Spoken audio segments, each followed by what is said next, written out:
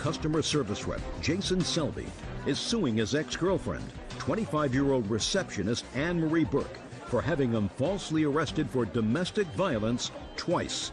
Anne-Marie says she stands by her charges.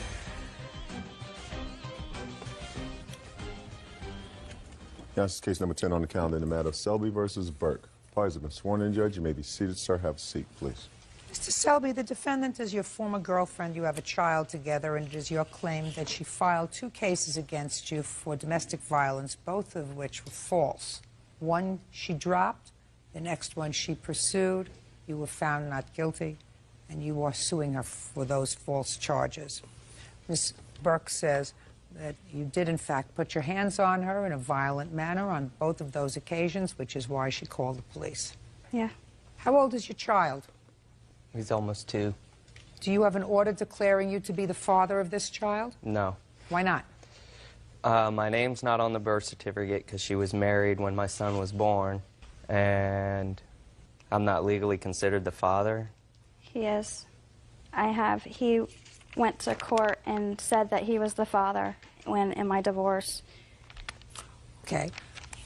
Well, he may have gone to say he was the father in your divorce, but has there been an adjudication of paternity in any court? No, ma'am. No.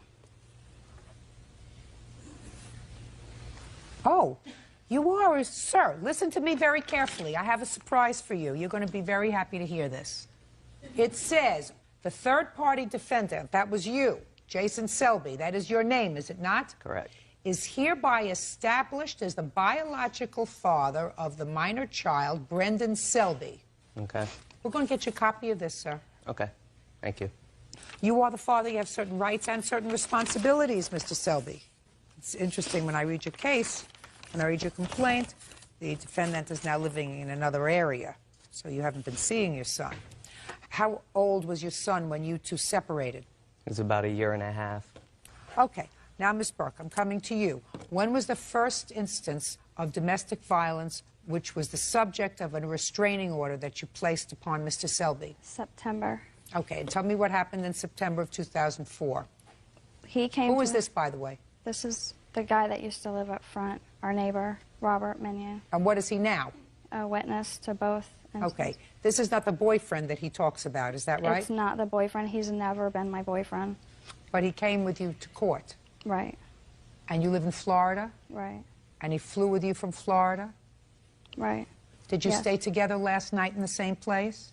They wouldn't give us 2 separate hotel rooms. I'm just asking you a Yes. question. Yes. Okay. I never stayed in the same hotel room with a neighbor when I traveled.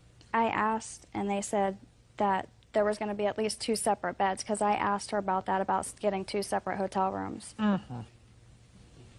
You think I believe you? I don't. Let's move on. September 2004. He came to the house, and we were arguing about Brendan, our son.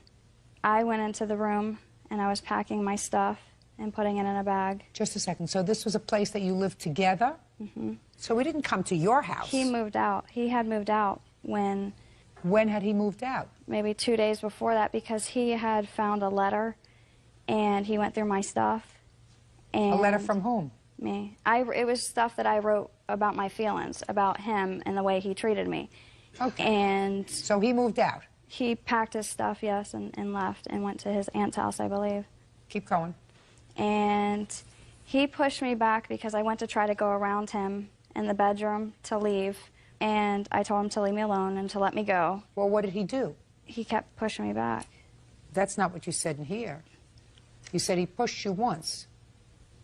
He kept trying to stop me from going. Don't make things up as we're going along, Miss Burke. You said in your answer that he pushed you one time, not kept pushing you. Now, which one was it? Did he push you one time, as you swore to in your complaint, or did he push you multiple times, as you just told me? He did push me one time, but he kept, like, holding, like, where I couldn't get around him. He would move over to the side to where I couldn't get around him. When I did get a... Blocking, not pushing. Right. Go ahead. Before I had gotten to the car is when he had shoved me from behind. We fell into the car. He wouldn't let me get into the car, and that's when Robert had called the police. You have a police report? Not with me, no. Do you? Yes. I'd like to see it, please. All right, Mr. Selby, you want to tell me what happened on September 9th, please? Can I start from September 8th? If it's absolutely necessary. If it's not necessary, it's just going to irritate me. September 8th, I was at work with her son Tyler because there were hurricanes, the schools were closed. When she came to pick me up from work, she brought Robert with her to pick me up from work. We went home. On September 8th? Correct. She left with Robert for approximately 2 hours. I knew she wrote that 19-page letter, so I went looking for it, and it confirmed they were together. She has since got her hands on it and destroyed it. There were police called that night because... Why? He threatened me that he was going to beat me up. Then he called the police because I was on his property, which it was like 2 places on 1 piece of land. The police came out and they escorted her off the property with the kids. September 9th, I found out she was packing not her stuff, but everything, my stuff, which I still don't have today. I never went into the bedroom where they said I pushed her. I was never in there. I was in the living room the whole time.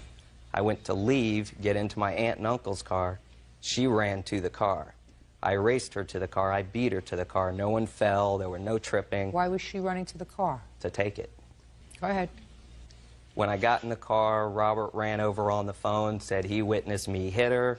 I did it, I did it. I asked to speak to the cop. He wouldn't let me get on the phone. Okay. Why did you drop that case? Because Jason, we were going to try to reconcile and get back together, and he had told me that he was going to go to counseling, which I believe he did, in fact, go in January. Counseling for what? For being abusive mentally and physically, because September was not the first time that he has actually been in trouble for hitting me. So you dropped those charges in September. Right.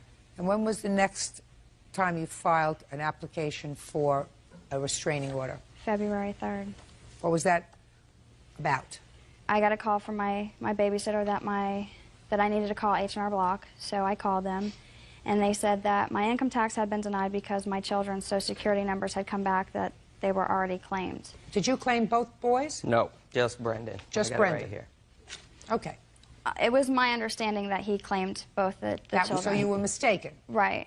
So, what did you do? So I called him, and I told him that I was going to come over, and I went over to his house. With whom? With Robert. Big mistake. Right. Big. Judge Judy continues in a moment. Don't make things up as you're going along. I can tell I have a truth meter back here. When somebody has given me the business, my left eye starts to twitch. Real cases, real people. Judge Judy. Jason Selby says, on 2 occasions, ex-girlfriend Anne Marie Burke had him falsely arrested for domestic violence. So here's what we have, Ms. Burke. We have your husband, who, according to the police report back in September, was of the belief that you were having an affair with Robert. Right. That's all over the police report. Whether you were or whether you weren't, I don't have to get into now. That's not my business. Quite frankly, I don't care. The fact that you shared a room together last night is some indication to me that you're more than just friendly neighbors. However, you knew that he was harboring that belief, so to bring Robert to his house was a large mistake. Well, the only reason why I brought Robert was because he's the only one that I had as far as a male figure, because I am afraid of Jason. Then you shouldn't have gone to his house. What do you think you were going to accomplish going to his house as opposed to asking him on the telephone what happened? I couldn't ask him on the telephone because his phone was breaking up. There was... Put your hand down. This was an emergency situation that you had to go over with him that day? I was upset. You were I didn't angry. want to talk to him. Just a minute. You were angry. Yes, ma'am. So, you were angry and you called Robert to go over with you. Right. What happened when you got there? I went up the stairs. And where was Robert? Sitting in the car. Go ahead. And I was going up the stairs and I asked him, you know, why did he do that? I said, you know, I'm trying to get money to get... What do you mean, sir? Going up the stairs, I didn't hear him at the door. I didn't hear... He was outside. When we pulled up, he was standing outside smoking, and we could see him, the way his house is, there's stairs that go up this way, and you got to go around So you're the going ledge. up the stairs, and as you're going up the stairs, what are you saying to him? I asked him why he was, you know, why did he claim the kids? That doesn't sound right to me, madam. You were asking him in the same kind of voice you were asking me? No, I was angry. I mean, I wasn't yelling and screaming, but I was talking a lot louder than what I am now. I assumed you were. Go Yes. ahead. And I told him, I said, you know, that's not right that you claim Tyler. It's not right that, you know, I said, you haven't paid child support. You haven't come to see your kid. And I said, you know, you can at least let me claim the kids. You know, I'm like, I'm trying to make it on my own. That's not, you weren't having this whole discussion as you're walking upstairs, madam. That doesn't sound logical. If it doesn't sound logical, it's not true. By the time I was steadily I mean, I know talking what from you're thinking, but that's not what you were saying to him as you were walking upstairs furious because you had just gotten the call from H&R Block, and the first person you called was Robert. How tall are you, Robert? 6 foot. Yeah. Called Robert to come over with you. Okay. So you're walking up the stairs screaming. Go ahead. I get around the corner, and we start talking, arguing. I told him that he's not a good father. We started arguing about that, about him not being a good dad and him not coming to see Brendan. I did tell him that he was, and he asked me, you know, because I had called the IRS and found out that he can't legally claim Tyler, and that's what I told him he was for. And No, you just said you was, because I called the IRS. right. You didn't go through this whole explanation. No. You just said, listen to me. Don't make things up as you're going along. I can tell I have a truth meter back here. When somebody has given me the business, my left eye starts to twitch. You got it? So you told him because you called the IRS. Right. Okay. And what happened next, Miss Burke? I again told him that he was a bad father, and that's when he had smacked me in my eye. And he went in the house. I went running down the steps and got in the car, and I left. Can I see the police report, please? Yes. Incident number 2. Did you seek medical treatment? No.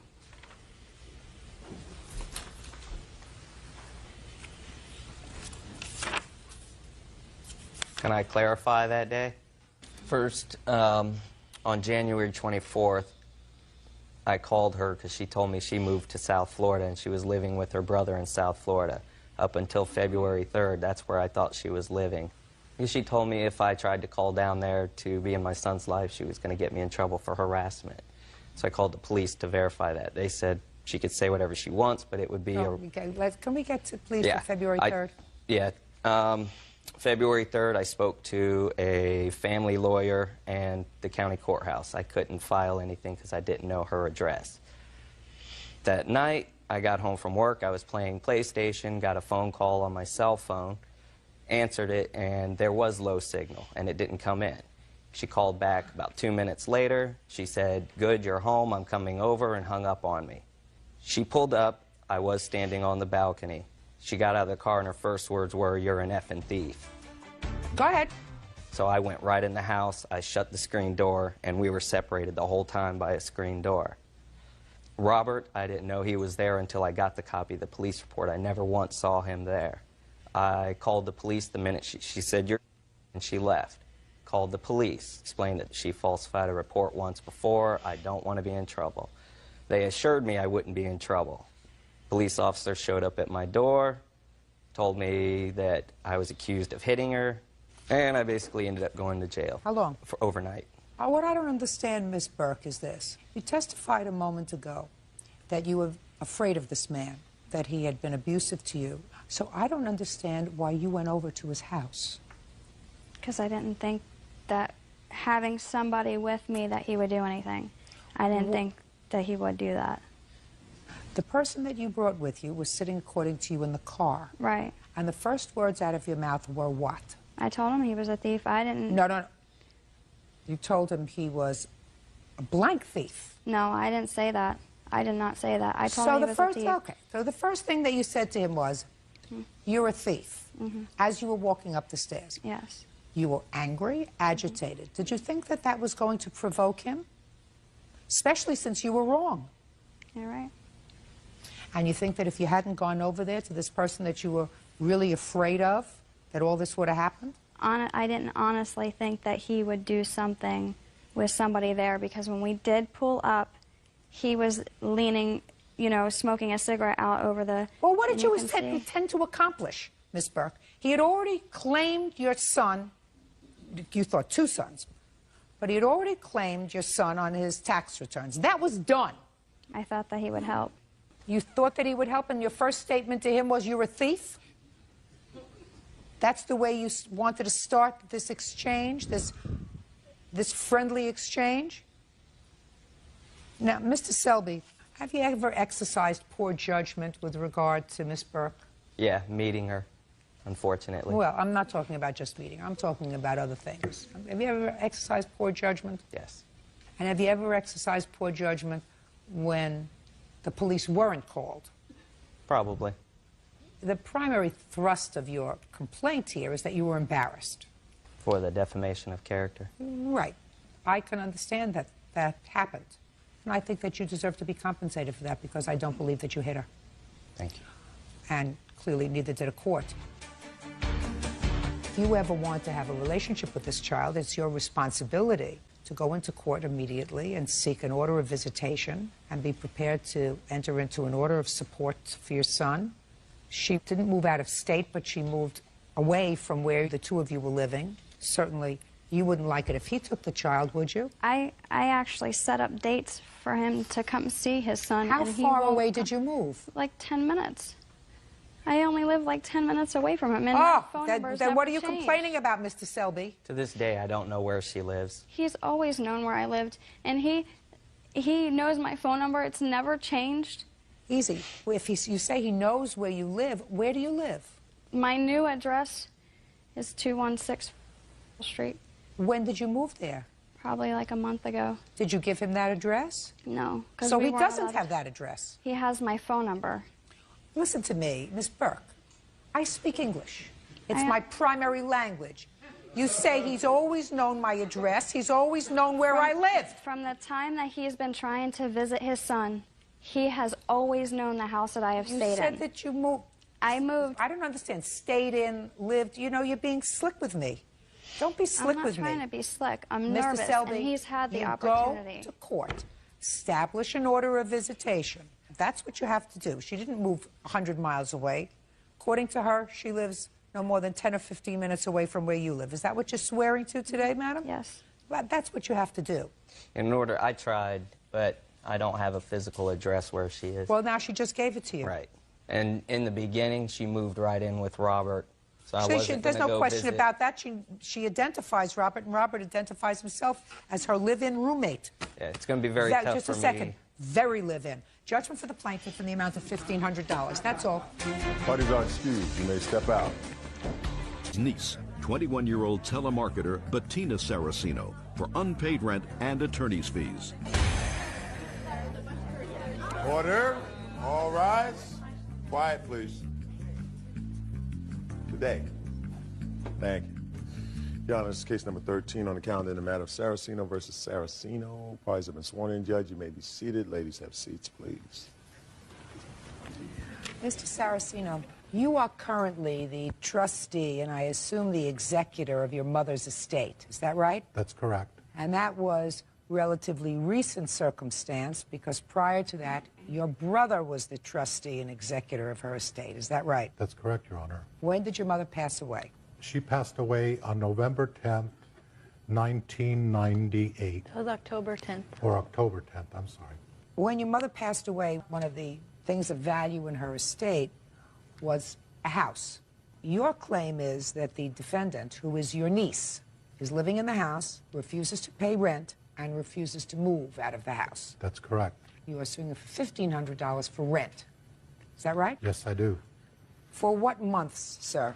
I became the trustee on January 10th, so I would want fair rent from January 10th to the present. When did you first advise her that you wanted her to pay rent? The beginning of February. In January, you didn't tell her you wanted rent. No, I did not. He's never told me. Shh. Did you tell her how much rent you wanted? Yes, I did, Your Honor. How much It did was you tell her? $400 a month. And what did she say when you told her you wanted $400 a month? She had talked to her father, Who was your brother. who is my brother, she told me that he did not say that she had to pay rent and that she could live there without paying rent. Okay. How old are you? 21. What do you do? I'm a telemarketer. How much do you make a week? 400 How long have you been a telemarketer? for like 2 months. What'd you do before that? I did home care for elders. Who else lives in the house? My aunt and my cousins, How many cousins? 2. Your aunt, is that your sister? Yes. Does she pay any rent? No, she does not, Your Honor. Is that with your permission? Not expressly, but as to this point, that would be fine, yes. I don't have a problem with that. Is there any reason why you want your niece to pay rent? Because the house has certain bills and obligations. It has taxes that it has to pay. Why would, I'm just curious, why would you allow your sister and her children live there rent-free and not allow your niece to live there rent-free? Because my sister has a drug habit, okay? She doesn't have anywhere else to go. The only other alternative is to put her out in the street, and I just don't have the heart to do that at this time. And Well, shh, I'm not finished yet.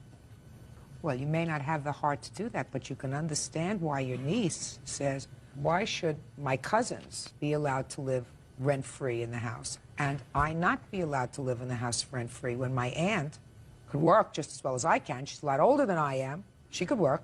And my uncle is letting his sister and her family live there rent-free. I love my grandmother, too. Why can't I live there? That's a very good question. I have a very good answer, Your Honor. I'm ready for you, The sir. reason is she just recently moved into that house a couple of weeks ago. Before that time, she had her own house Who's that she she? was living in. Who's she? I My didn't- sister Carmela. She had her own house that she was living in, adjacent to my mom's house, and she was living there rent-free. Your sister was living in another house of your mother's rent-free? Yes, ma'am. Did you sell that house? No, it's still in the trust.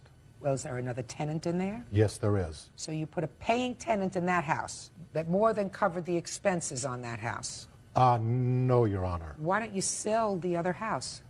There's a lot of legal fees. There are bills that have to be paid. There's a $6,600 electric bill that needs to be paid on my sister's house. Why didn't she pay it? What are you taking that out on your niece for? I am not complaining about that, Your Honor. I am just stating that her house cannot be sold because of that. Because of an electric bill? Carmela's house, my sister's house, yes. It's not your sister's house. You said it's part of the trust. None of them have been divided yet.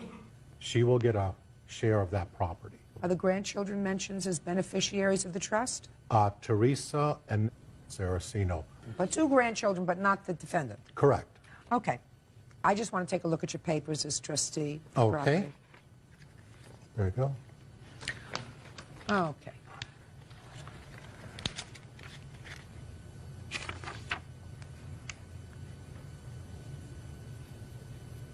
Now, Ms. Saraceno, I have just a few questions for you. Do you work as a telemarketer every day? yes, What are your work hours? 9 to 5. And you work Monday through Friday. Yes, What time do you usually get up to go to work? at 7 o'clock. And you report directly to work? Yes, What do you do after work?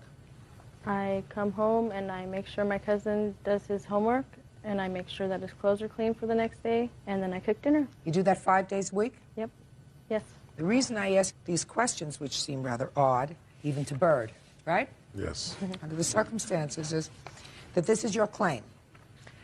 You claim in your answer that your grandmother's will states that any member of the family, the Saraceno family, who continually puts flowers on her gravesite every Thursday may reside in the residence after her passing rent-free.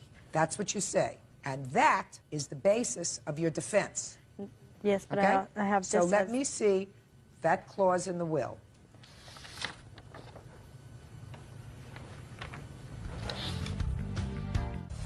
Real cases, real people. Judge Judy. John Saraceno says his niece, Bettina Saraceno, owes for unpaid rent. Bettina says the house belonged to her late grandmother, and it was her wish that she live there, rent-free. This doesn't talk about you. You're not Teresa, you're Bettina. But also right here, I have the, This talks about two other grandchildren, yes, I know. not you. This one I have right here where it's highlighted.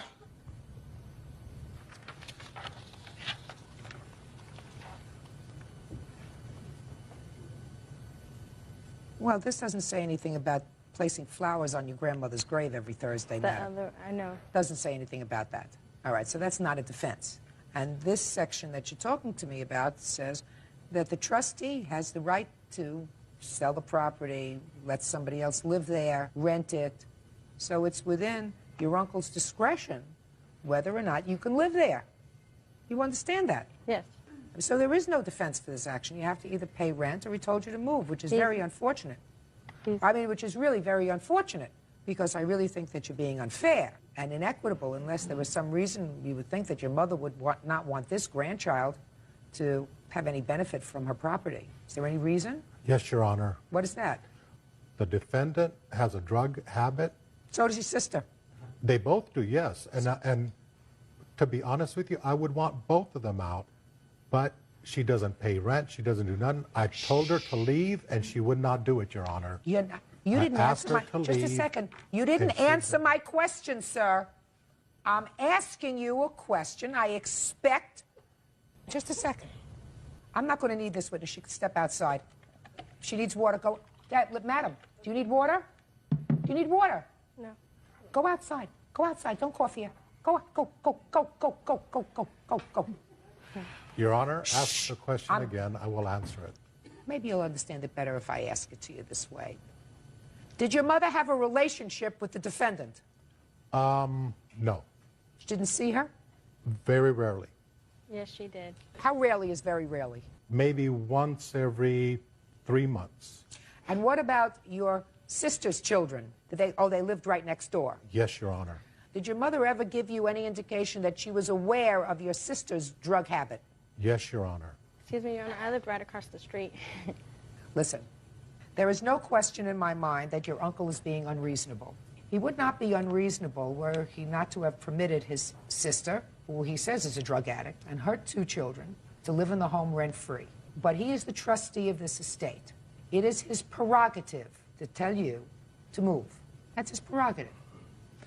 I don't believe that you had an arrangement with her for rent. You didn't even become trustee until January 10th. And you did not tell her until February that you wanted her to pay rent. Is that right?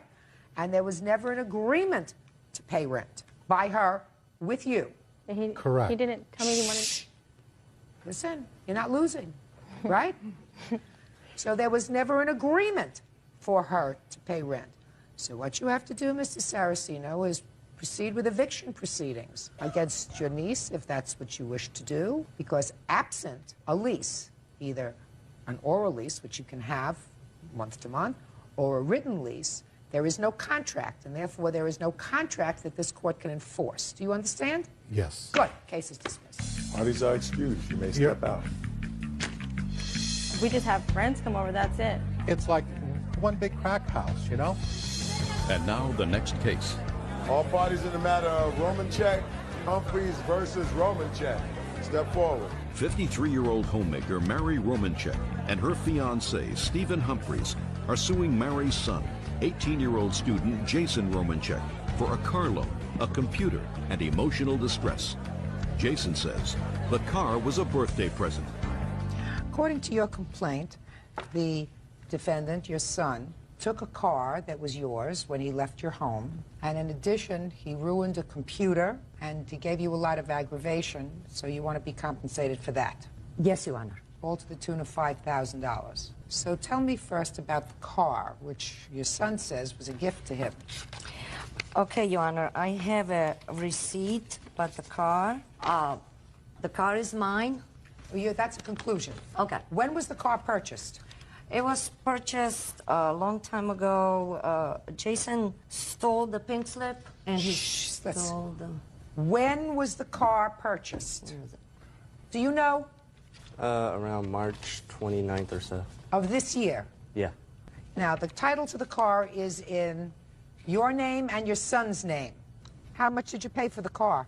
$2,500 something, $3,000. Ms. Romanchek? Yes. Your lawsuit involves a car. Get out the receipt for the car so you can show me how much you paid for the car. Your Honor, I cannot give you receipts for the car because Jason took it. Then you must know how much you paid for the car. How do you expect me to decide a lawsuit? I have a little piece of paper in my suitcase that I didn't know I was needed that. A little piece of paper in my little black suitcase. Get it. Oh, where is the suitcase? I haven't a clue. I'm not a Shield suitcase label. monitor. Thank you. Come this way, man. Could I see the piece of paper, please? And here it is, the price of what was in a vehicle.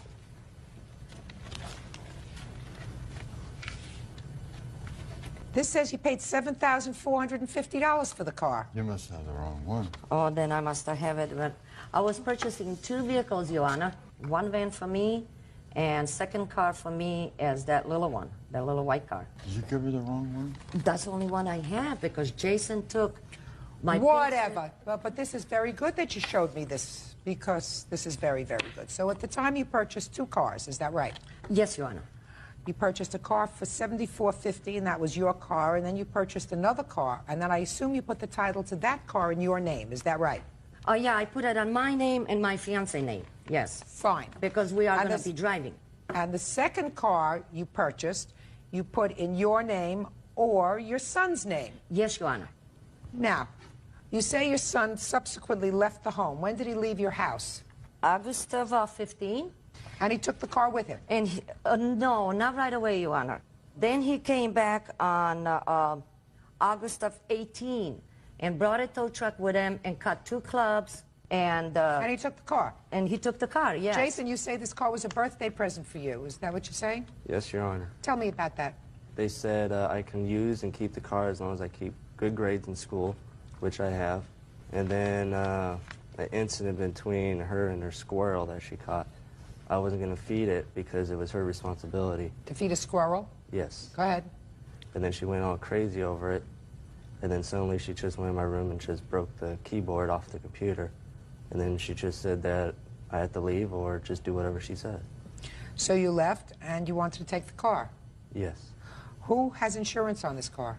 Right now there's no insurance. Who's driving it?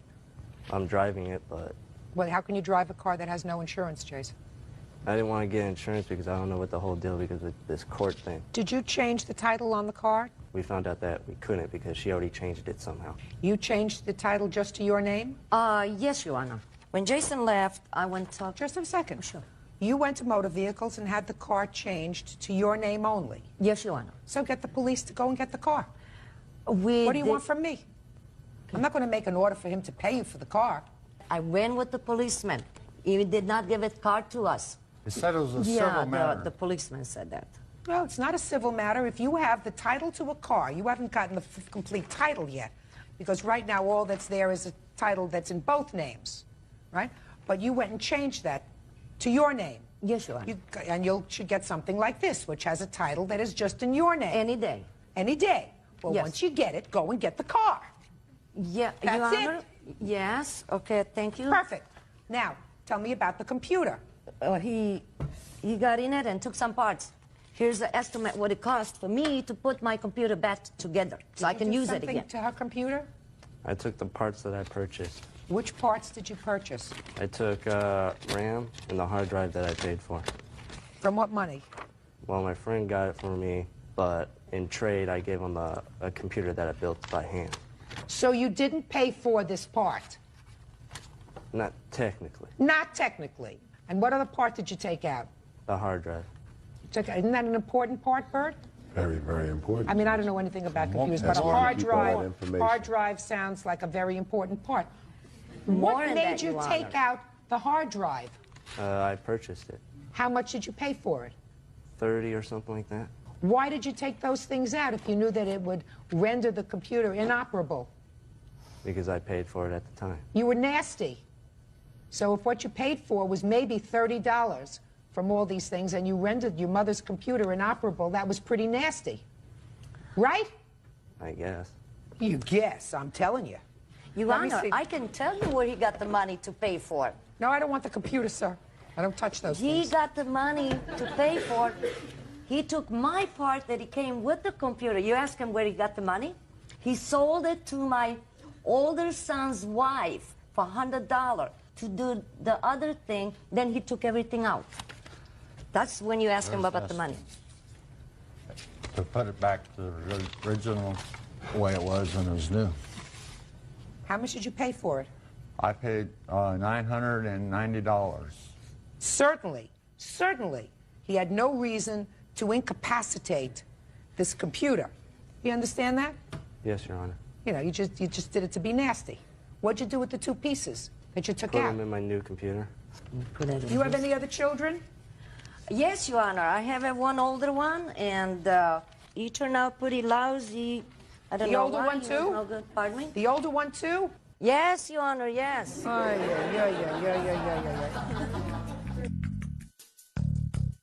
Mrs. Romachek, the car you have to go and get as soon as you get the title. And I suggest, just to be smart, madam, that until you get the car back in your possession, you keep it insured. I would strongly suggest that to you. Do you understand? Yes, Your Honor. Just to be smart. He's your child. You want to protect your assets. I would suggest you put an insurance policy in effect on that car just to cover yourself. You're not getting any money for doing that, but you are going to get money for the pieces that he took out of your computer in the amount of... Sadler is suing his ex-wife, student Anna Russell, for an unpaid loan and money he claims she stole. Anna says she owes Steve nothing.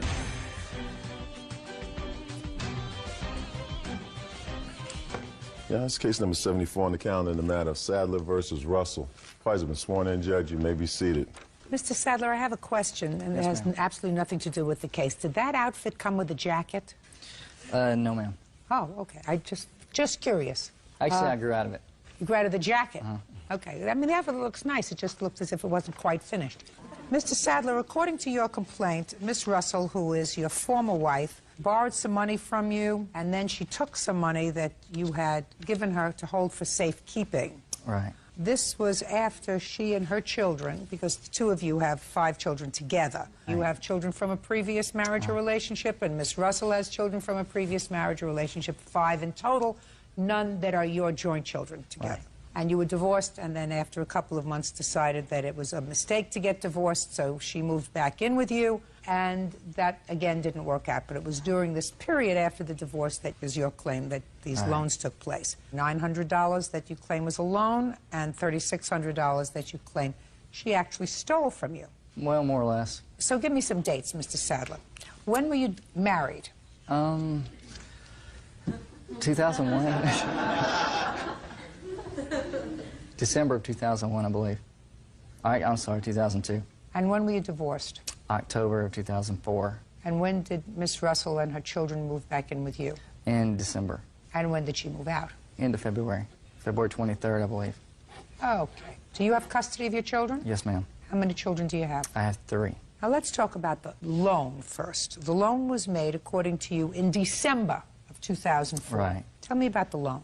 Basically, she had decided she wanted to go bankrupt so she could be a stay-at-home mother. And so I had her pull $1,500 out of my home equity. And we actually spent $600 of that on bills, and the additional $900 left was supposed to go into savings where I was going to pay an attorney for her to go bankrupt when that time came. But the money never went into savings or checking. She just held on to it, and it went with her when she moved out. And she never did go bankrupt. And she ended up, from what I understand, just using money to catch up her bills. Miss Russell, when had you accumulated this debt that inspired you to think about bankruptcy? Most of my debt was acquired when we were married, and then also in some of our separations. But I've always kept my credit up to par. I mean, I had like 16 revolving accounts, no lates, anything. And during the time that we had discussed me going bankrupt for the family, I didn't pay my bills, and then... Could you look at me? Yes, ma'am. There's a simple question that I asked you. Okay. When did you accumulate the debt which inspired you to think about bankruptcy? Over time, between 2001 through 2004. Credit cards? Yes, ma'am. 16 credit cards? Well, I have I don't have 16 credit cards. I have 16 revolving accounts. I watch my credit like a hawk. What do you mean 16 revolving accounts? You have lines of credit at banks? Well, I don't owe any money to a bank per se unless it's through like Target Visa or Wachovia Visa. So then why were you contemplating bankruptcy? When Stephen and I were together, I did spend majority of the time as a homemaker, and then I would, go to school, and I did have odds and end jobs. Stephen works on commission, and this past year it dropped significantly, and We had discussed from talking to neighbors and things like that that maybe I should go bankrupt and it's not so hard, and with the idea that Steve and I would be together forever, I didn't have to worry about having my name on a mortgage or having my name on another car loan, that he would take care of that, and then it would relieve some financial burden for us. How much in debt were you? We weren't going to go bankrupt on my car because my mom is actually a co-signer, or actually she's the primary for me on that, and we were going to substantiate. How much in debt are you? I don't know. I didn't add it up. I didn't go that far. I owe like maybe $8,000 on my Target Visa, $6,000 on my Wachovia Visa, $2,500 maybe to Rooms to Go, and there's Sam's Club, Home Depot. I think I owe them like $2 grand. What do you do for a living? I am a student. I moved home with my mom and wait tables and things like that. Your children live with you? Yes, they do. You get child support for your children? Yes, ma'am. How much? I get $125 a week. When was the last time you held a full-time job? I'm not really good with dates. Are you very good with jobs, is the question, Miss Russell. I'm sorry, what? You have 2 children? Yes. You have 2 children.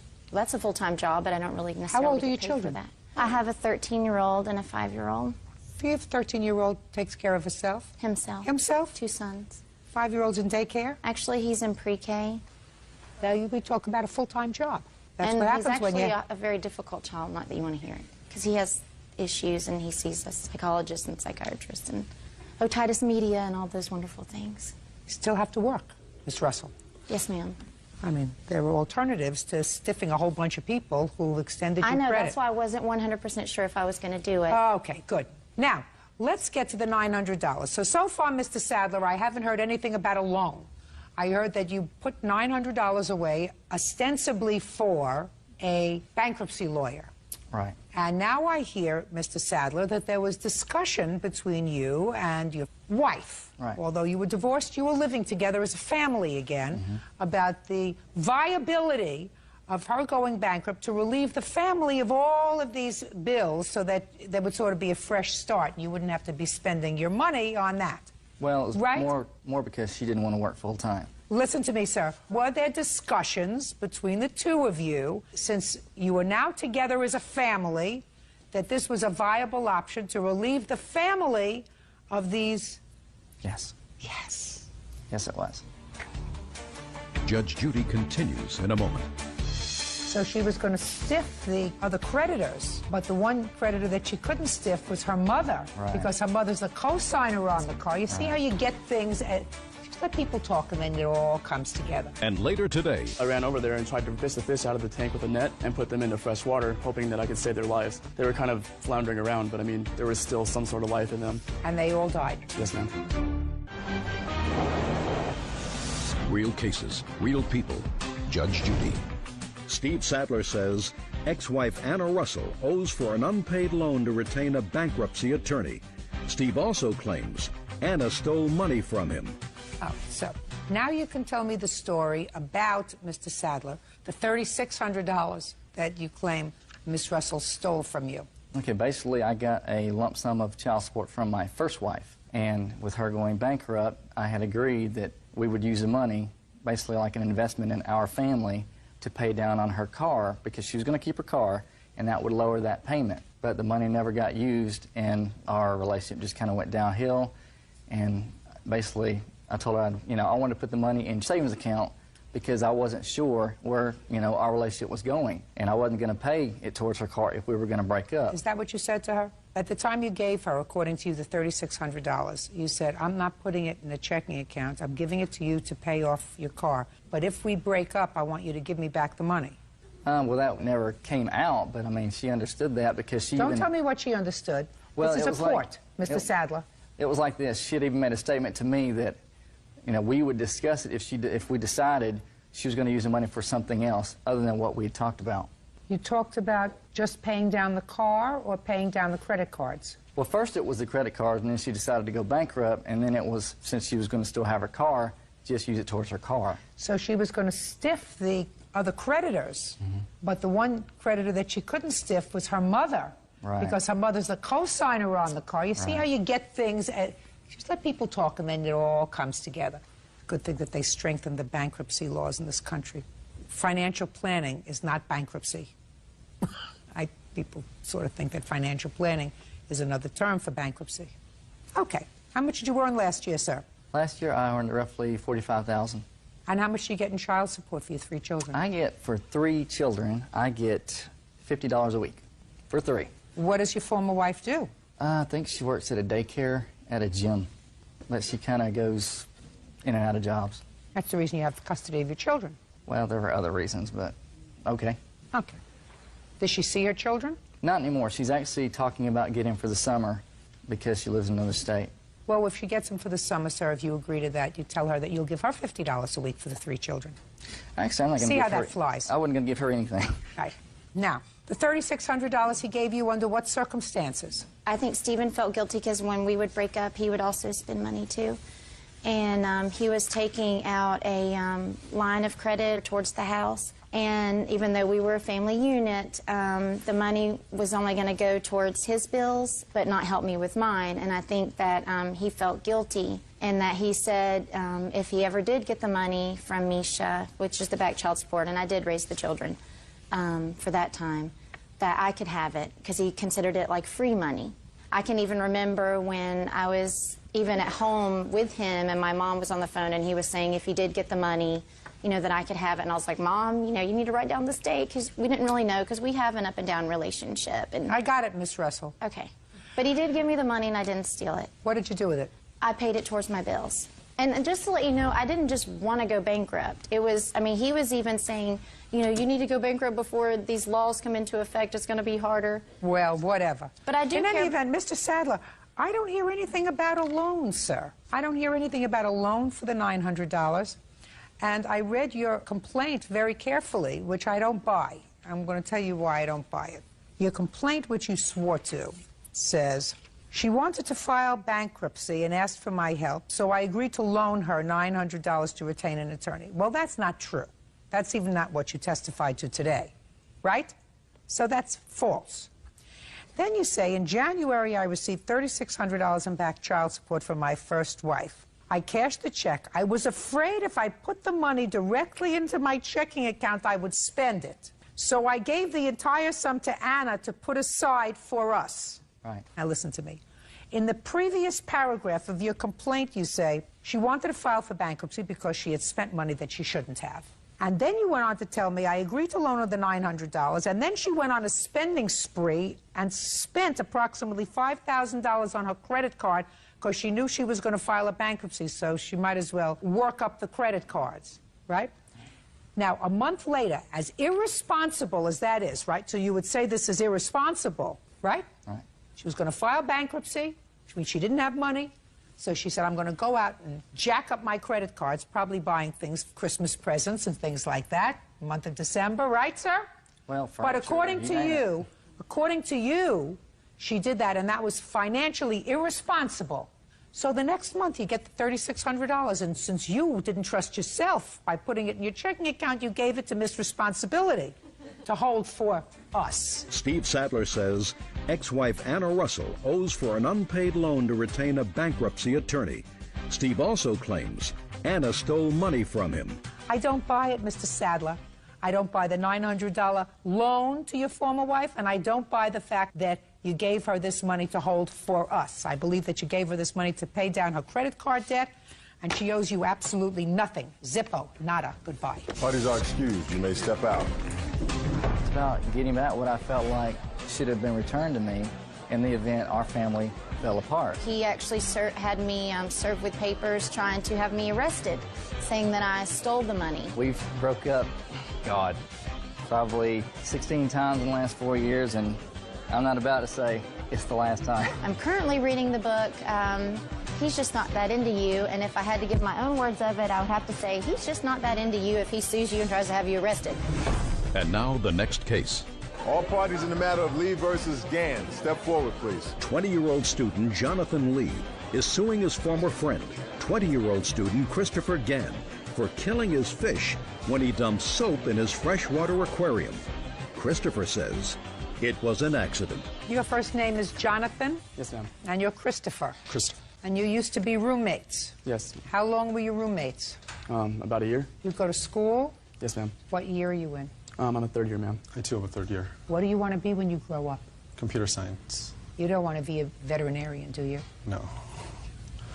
Jonathan? Yes, ma'am. Christopher destroyed your fish tank. Yes, ma'am. And based upon those relics there, it was a big fish tank. Yes, ma'am. And he destroyed your fish tank with soapy water. Yes, ma'am. Killed all the fish. Yes, ma'am. He says it was the fish's fault. More or less, ma'am. They were in the wrong place in the apartment. Yes, ma'am. And he tripped over them.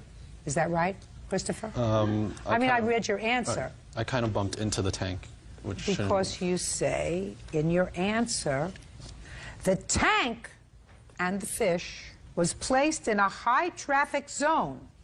Yeah, I have a set of photographs with the picture of where the tank is, and it's I'd like to see that. Oh. Okay. When did this happen? Sometime in November. Jonathan, when did it happen? November 18th, 2004, ma'am. And you came home and found everything destroyed. Yes, is that ma'am. right? Okay. And this is where the fish tank was? Yes. And it wasn't on wheels, was it? It's on cinder blocks. It's not one of these remote-controlled fish tanks that move around. No. How long have you been living in this apartment? Almost a year. And in the year, has the fish tank been in the same spot? It was placed in the end of summer, and then it happened in November. So it's been there for a couple of months? A few months, yes. Stationary? Stationary. And the only thing that's moved is you? Is me, yes. You get my drift where I'm Right. going? Oh, and I wrote in... So why don't you tell me, Christopher, how this happened and why you don't think that you're responsible to your former roommate for replacing his fish tank? First off, I have a copy of our rental agreement, which states that no pets should be allowed and that no things should be placed in hallways that obstruct movement. So what had happened was I'd filled this bowl with soap, concentrated hand soap and water, and I was walking from the kitchen to the garage because I wanted to spot clean my shoes. So as I was walking with this bowl, I saw my roommate who crossed from downstairs into this pseudo hallway because it's the main walkway from rooms entrance to the kitchen. So I took the bowl away to get it away from him, and then he made a sudden move to like try to mess with me, and I kind of stepped back and I banged my elbow into the fish tank, dropping the bowl into the tank. And that's what happened. Do you have any witnesses who were there that day? Actually, no one witnessed it, so no one saw it. Well, the other roommate was there, according to him. He didn't tell me anything beyond that they were horsing around. That's it. Tell me what happened when you got home. When I got home, I came in from the garage and basically saw him and another roommate removing bubbles from the tank. And I was kind of shocked, and I go, "What happened?" He said, "I spilled soap into your tank." "How'd you do it?" "I was horsing around." "Well, what are you doing?" "Well, I'm moving the bubbles." So I ran over there and tried to fish the fish out of the tank with a net and put them into fresh water, hoping that I could save their lives. They were kind of floundering around, but I mean, there was still some sort of life in them. How many fish did you have in the tank? I had sitlets and plecos and a gourami, ma'am. I was trying to breed them. So you had 6 fish? I believe I had 7, 9, 10 fish and 2 snails, ma'am. And they all died? Yes, ma'am. Christopher, listen to me carefully, sir. Whose fault do you think it is that all these fish died? I think it should be, it's mutual, like, he shouldn't have had the tank there in the first place. The tank's been there for months, sir. When for the first time did you complain to him that the tank was there? I didn't want to complain to him. So you never complained to him? No. When for the first time did you complain to him that he was in violation of the lease because he had pets in the apartment? After he trying to come after me for $400. But not before? No. So that's a lot of baloney. What you're saying to me really is, it's my fault and I'm trying to find some reason to avoid responsibility. So far, I haven't heard it's my fault because I was horsing around with my roommate. It is my fault. Good. Judgment for the plaintiff in the amount of $330. Thank you. That's all. Parties are excused. You may step out. I think it's... Construction worker Patrick Walentine is suing fellow partygoer, security officer Ed Tomaselli, for dental bills as a result of being punched in the mouth. Ed claims Patrick was the aggressor. All rise.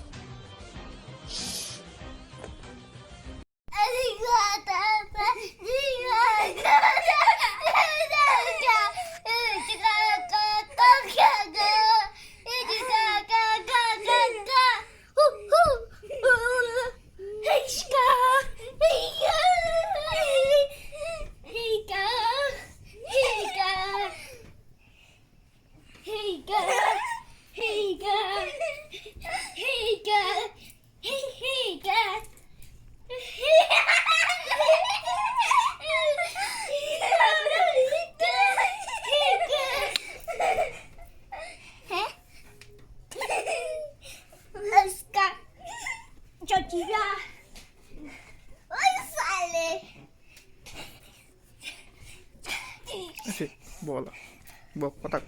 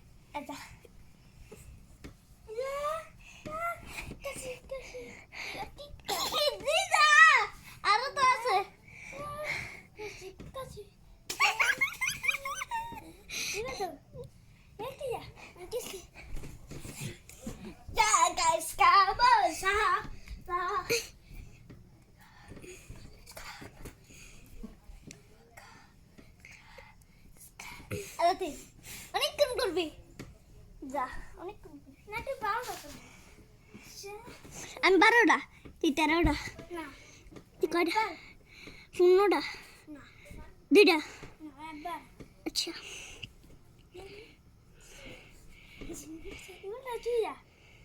अरे कुन को